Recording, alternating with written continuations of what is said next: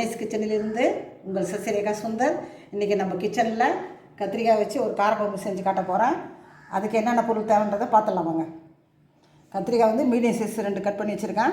தண்ணியில் போட்டு வச்சுருக்கேன். ஏன்னா தனியாக இருந்ததுன்னா பார்த்தீங்கன்னா கருப்பாகிடும் நம்ம வெளில எடுத்து வச்சாக்கா. அதனால் நம்ம சமைக்கும் போது தான் நம்ம தண்ணியிலேருந்து வெளில எடுக்கணும்.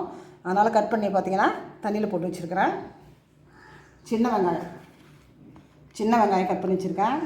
பூண்டு ஒரு 10-15 பூண்டு பல், 2 மீடியம் சைஸ் தக்காளி கட் பண்ணி வச்சுருக்கேன்.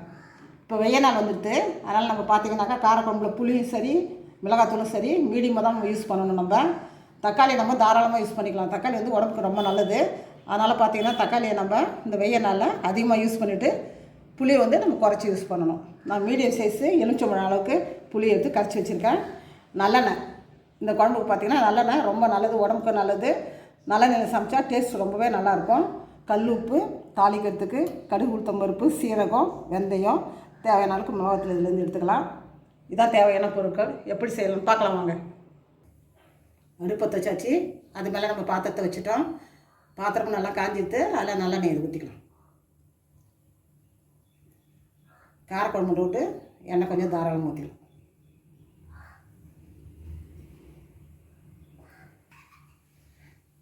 எண்ணெய் நல்லா காஞ்சிட்டு இப்போ நம்ம கருவேப்பிலை போட்டுக்கணும்.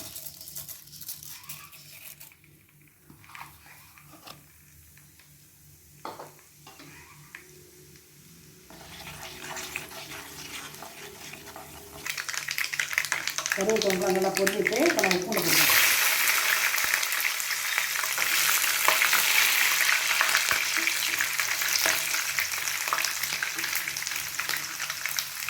இப்போ வெங்காயம்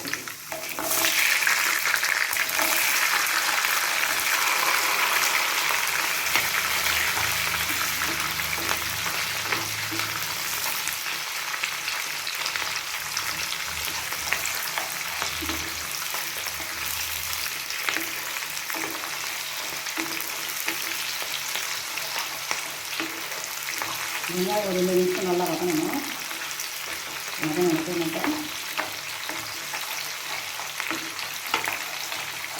இப்போ வந்து கருவேப்பிலை நம்ம முதல்ல போட அது பார்த்திங்கனாக்கா அதனுடைய சாரெலாம் நல்லா இறங்கி நம்ம குழம்புல நல்லா சேரும்போது அதனுடைய சத்து கூட நமக்கு சேர்ந்துடும். கடைசியாக போகிறதோட நம்ம குழம்புல முன்னாடி போகிறது ரொம்ப நல்லது.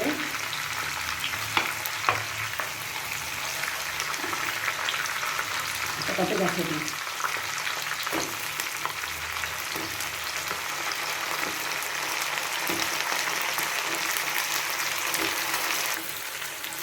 நல்லா கத்திரிக்காயை நல்லா வதக்கணும். வதக்கணும் அப்புறம் தக்காளி சேர்க்கணும். கத்திரிக்காய் நல்லா வதங்கிட்டு இப்போ நம்ம தக்காளி சேர்த்துக்கணும்.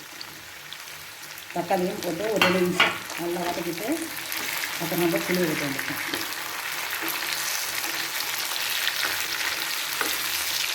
தக்காளி நல்லா வதங்கிடுச்சு. கத்திரிக்காய், வெங்காயம், தக்காளி எல்லாம் நல்லா வதங்கிச்சு.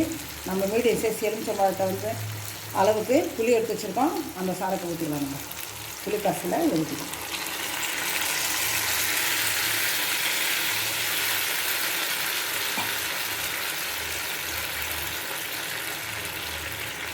ஒரு ஸ்பூன் குழம்புலத்தை வந்து 2 ஸ்பூனு, 3 ஸ்பூனு, 3 ஸ்பூன் குழம்புலத்தை போட்டுக்கலாம். உப்பு இந்த குழம்பு சேர்த்தது கல் உப்பு எப்பயும் பார்த்திங்கன்னா நல்லா கருப்பாக இருக்கும். திட்டமாக போகணும். வச்சு இப்போ கொஞ்சமாக தண்ணி கலந்து நம்ம இதை மூடி போட்டு மீடியமில் வச்சு ஒரு 5 நிமிஷத்துக்கு அப்புறம் என்னென்னு பார்க்கலாம்.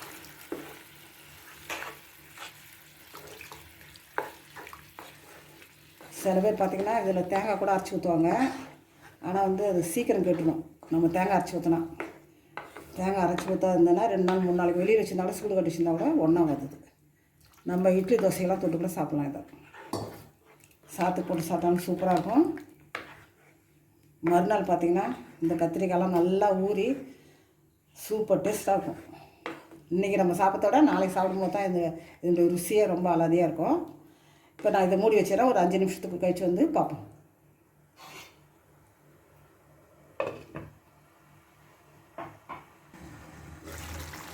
5 நிமிஷம் ஆகிட்டு குழம்பு நல்லா சுண்டிடுச்சு. கத்திரிக்காயெலாம் நல்லா வெந்துட்டு, கத்திரிக்காய் வெங்காயம் எல்லாம் நல்லா வெந்து கத்திரிக்காய் நல்லா குழைய வந்துடுது. இப்போ நம்ம இறக்கி வச்சுக்கணும். சுட சுட சாதம் போட்டுக்கலாம்.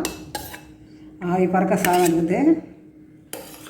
சாதத்தை போட்டு அதில் பார்த்திங்கனாக்கா நம்ம கத்திரிக்காய் காரக்குழம்பு தான் ஊற்ற போகிறோம். சாதம், கத்திரிக்காய் காரக்குழம்பு சும்மா அட்டகாசமாக இருக்குது பாருங்கள். கத்திரிக்காயெலாம் நல்லா வெந்து நல்லா குழைய வெந்தது கத்திரிக்காய். அந்த கத்திரிக்காய் காரக்குழம்பு நல்லெண்ணெயோடு அப்படியே மிதங்க சூப்பராக இருக்குது. அது காம்பினேஷன் பார்த்தீங்கன்னாக்கா அப்பளம் வறுத்து வச்சுருக்கேன், பொட்டுக்கடலை தேங்காய் துவையல். நீங்கள் அப்பளமோ வத்தல் அப்பளப்பூ இதெல்லாம் கூட உங்களுக்கு தேவையில்லை. பார்த்தீங்கன்னா பொட்டுக்கடலை தேங்காய் உப்பு வச்சு அரைக்கிற பாருங்க. இந்த துவையல் மட்டும் இருந்தாலே போதும். இந்த சாப்பாட்டுக்கு பார்த்தீங்கன்னா கொதிக்க சாதத்தில் அப்படியே சும்மா கொதிக்க குழம்பு ஊற்றி நம்ம இந்த துவையல் தொட்டு சாப்பிடும்போது சும்மா ஒரு தட்டு சாதம் நமக்கு பத்தாது, அவ்வளோ அருமையாக இருக்கும். நீங்கள் செஞ்சு பாருங்கள். செஞ்சு பார்த்து எனக்கு கமெண்ட்ஸில் சொல்லுங்கள். லைக் பண்ணுங்கள், ஷேர் பண்ணுங்கள், கமெண்ட் பண்ணுங்கள். மறக்காமல் என்னுடைய அன்னைஸ் கிச்சனுக்கு சப்ஸ்கிரைப் பண்ணுங்கள். தேங்க்யூ.